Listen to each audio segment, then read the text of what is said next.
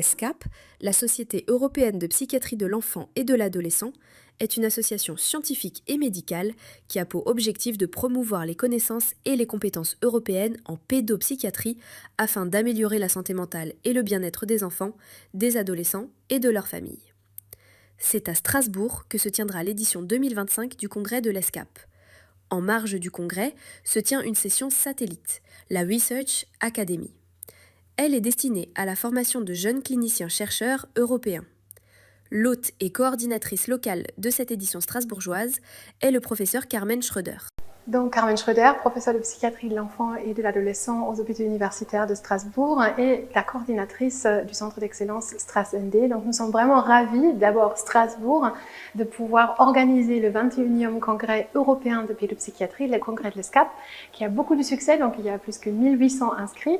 Et nous sommes aussi particulièrement fiers de pouvoir organiser avec StrasND la ESCAP Research Academy et de la soutenir dans nos locaux. Bonjour, donc je suis Alexis Hervé, je suis professeur de psychiatrie de l'enfant et de l'adolescent au CHU de Toulouse et je suis aussi l'un des deux coordinateurs de l'ESCAP Research Academy, qui est donc cette académie européenne de jeunes chercheurs en psychiatrie de l'enfant et de l'adolescent, essentiellement des psychiatres, des pédopsychiatres, mais aussi quelques psychologues.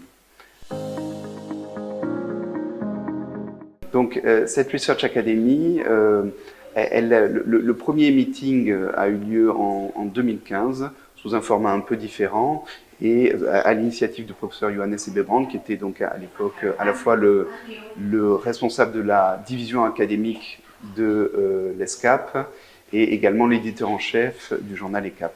Donc 2015, et c'est vraiment à partir de 2017 que ça s'est mis en place au format actuel, avec une co-coordination entre mon collègue et ami le professeur Paul Clauser et moi-même, sous la supervision du professeur, et en connexion très étroite avec le professeur Johannes Ebebrand. Bonjour, mon nom est Paul Clauser, je suis professeur de psychiatrie translationnelle à Lausanne et je suis organisateur de l'Académie de recherche de la Société européenne de psychiatrie de l'enfant et de l'adolescent. Et donc dans cette académie de recherche, on a trois objectifs principaux. Le premier objectif, c'est promouvoir la formation des jeunes cliniciens-chercheurs en pédopsychiatrie, encourager les collaborations à l'international au niveau européen, et puis offrir une plateforme d'échange entre les jeunes cliniciens-chercheurs en Europe.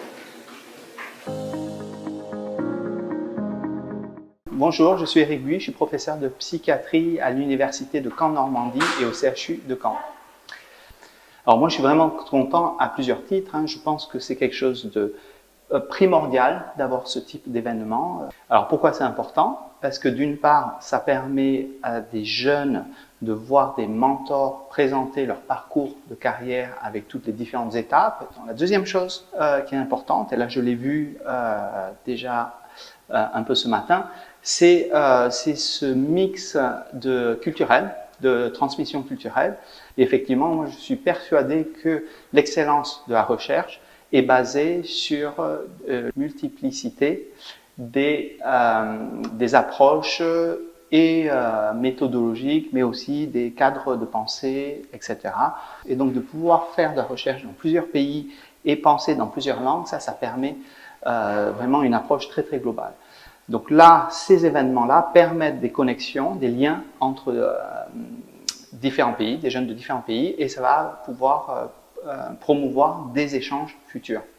Et enfin, nous sommes en 2025 en Europe, et la plupart des gros projets de recherche se font à l'échelle européenne. Et donc, on peut soumettre des demandes de subventions, mais une des choses importantes, c'est d'avoir des demandes de subventions avec de multiples pays européens. Et donc, ce type de Research Academy permet justement de créer des liens durables dans le temps qui vont être un peu la base de futurs consortiums de recherche internationaux européens. Donc on a en Europe une pénurie relative en tout cas de pédopsychiatres, comme d'ailleurs en Amérique du Nord. Et on a besoin d'encourager et de former plus de cliniciens-chercheurs. Et c'est un des objectifs de l'Académie de recherche de l'ESCAP.